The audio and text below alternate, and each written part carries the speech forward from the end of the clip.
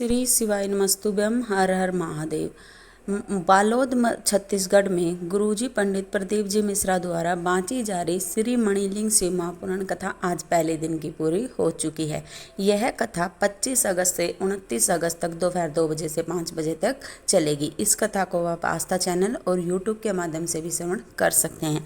आज की कथा में गुरुजी ने कई उपाय बताए हैं। आज की कथा ने हमें गुरुजी ने यह भी जानकारी दिया कि बेलपत्री के वृक्ष को लगाने से क्या फल मिलता है और उसको काटने से क्या पाप लगता है। और साथ में गुरुजी ने आज की कथा में 7 दुर्वा वाला भी एक उपाय बताया है। अगर किसी को कमर में दर्द है, जोड़ों में दर्द का भी उपाय बताया है। और साथ में ही गुरुजी ने 2 बेलपत्री वाला उपाय भी बताया है। शुगर की बीमारी के लिए भी उपाय बताया है। इसलिए आज की इस वीडियो को लास्ट तक जरूर सुने। आज की कथा में गुरुजी ने 16 उपाय और उपयोगी पत्रों की जानकारी दी है, जिसकी समस्त जानकारी हम आपको इस वीडियो के माध्यम से देने वाले हैं। इसलिए वीडियो को लास्ट तक जरूर सुने। इस वीडियो से आपको पूरी कथा का रास्ता तो प्राप्त हो जाएगा। बढ़ते हैं आज की कथा की पहली जानकारी की तरफ। भगवान शिव का एक नाम शंकर भी है और शंकर का नाम, जो शंकर का मतलब होता है, अर्थ होता है जो आपको सुख की वर्षा करता है, उसी को शंकर कहा जाता है। कथा की दूसरी जानकारी। भगवान को पाने के लिए हमें घंटों तक माला फेरने की आवश्यकता नहीं होती कि हम 2 घंटे तक 3 घंटे तक माला फेरेंगे तो तभी हमें भगवान की प्राप्ति होगी। भगवान को पाने के लिए तो मन से, दिल से यदि हम शिव का भजन कुछ घड़ी के लिए भी कर लेते हैं तो उतने में ही भगवान शिव हमारे करीब आ जाते हैं।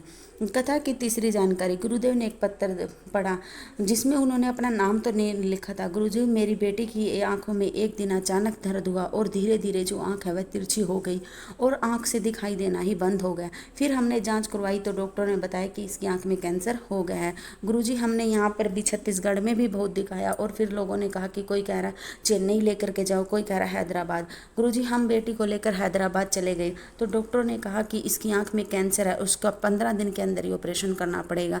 गुरुजी, इतने पैसे का बीत जाम कहाँ से होगा कैंसर की बीमारी के लिए, क्योंकि इसके पिताजी भी कुछ समय पहले ही शांत हो गए थे। फिर किसी ने कहा कि हम बेटी को लेकर के घर आ गए। फिर किसी ने कहा कि ऑपरेशन तो 15 दिन बाद होना है, क्यों ना सीहोर चले।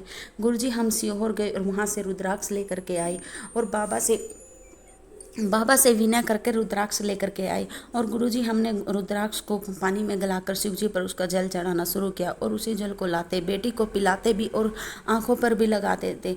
गुरुजी, जैसे जैसे हमारा वो 15 दिन का समय, ऑपरेशन के लिए जाने का समय नज़दीक आता गया, हमें ऐसे लगा कि बेटी की आंखें वो धीरे धीरे ठीक हो रही हैं। जैसे ही हमें अगले दिन की हमारी ट्रेन थी, हमें ऑपरेशन के लिए जाना था, उसी शाम 4 बजे तक मेरी बेटी की जो आंख है वो अचानक से सीधी हो गई और उसको दिखाई देना शुरू हो गया। जब हम अगले दिन जाँच के लिए हैदराबाद गए ऑपरेशन के लिए तो डॉक्टर ने कहा कि इसको आँख से कैंसर भी ठीक हो गया है, पर इस ऑपरेशन की कोई आवश्यकता नहीं है। हम बाबा को नमन करते हैं, दंडवत प्रणाम करते हैं।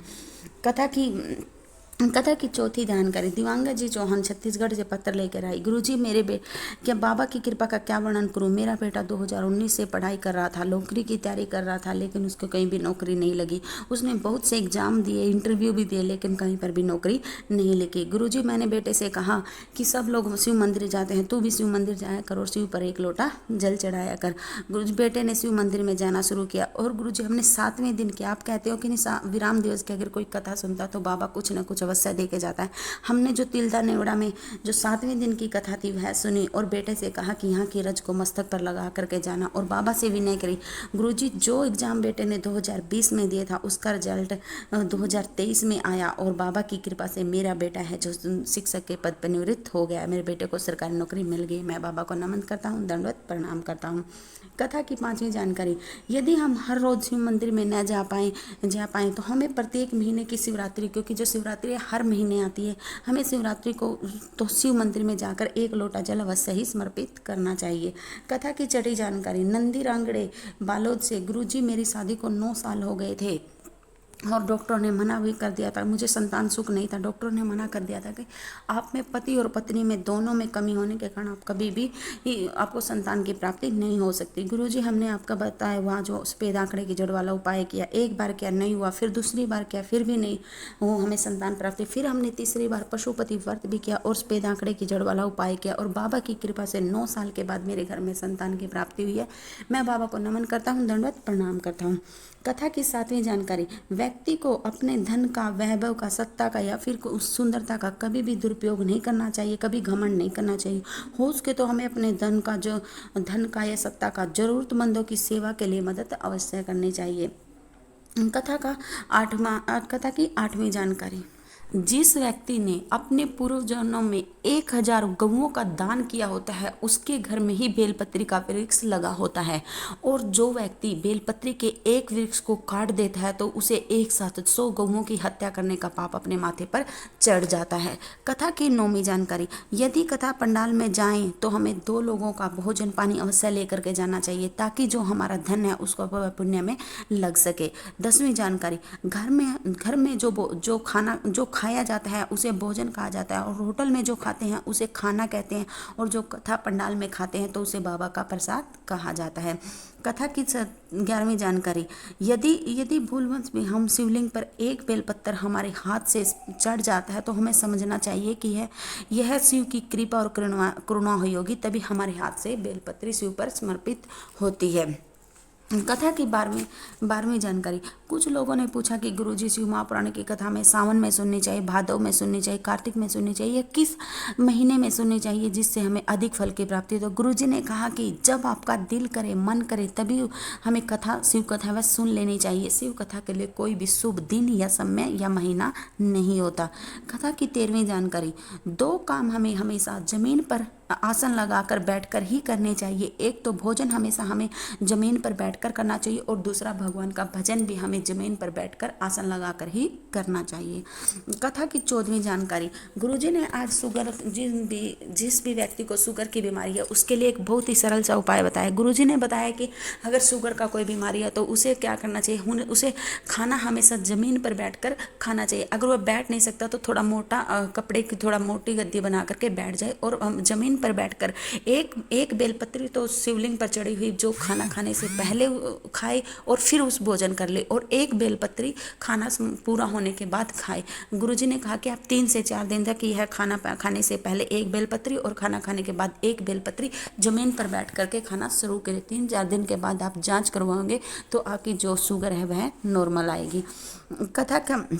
कथा की 15वीं जानकारी, गुरुजी ने बताया कि यदि किसी को घुटनों में दर्द रहता है, कमर में दर्द रहता है, कंधों में दर्द रहता है तो आपको क्या करना है, आपको 7 दुर्वा लेनी है, और 7 दुर्वा लेकर के आपको सोमवार के दिन उन 7 दुर्वा को माता शोक सुंदरी वाले स्थान पर अर्पित कर देना है, और अर्पित करके दोबारा से उन जो 7 दुर्वा को उठा करके घर ले आना है। और हमें उन दुर्वा को 7 दिन लगातार एक एक करके हमें 7 दिन में मतलब प्रत्येक दिन एक दुर्वा खानी है। इस तरह हमें 7 दिन तक वह कंटिन्यू सुबह खाली पेट हुए दुर्वा खा लेते हैं तो जो हमारे कमर का, घुटनों का दर्द है, कंधों का दर्द, उसमें धीरे धीरे आराम लगना शुरू हो जाता है। लेकिन हमें 7 दिन में वो 7 दुर्वा सुबह खाली पेट खानी है।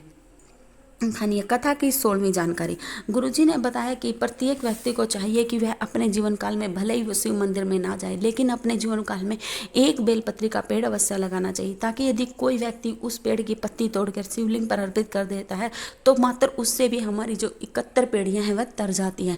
इसलिए प्रत्येक व्यक्ति को अपने जीवन काल में एक बेलपत्री का पेड़ अवश्य लगाना चाहिए। यह थी आज की कथा की संपूर्ण जानकारी। अगर जानकारी आपको जरा से भी उपयोगी लगे तो कमेंट बॉक्स में हर हर महादेव जरूर लिखना।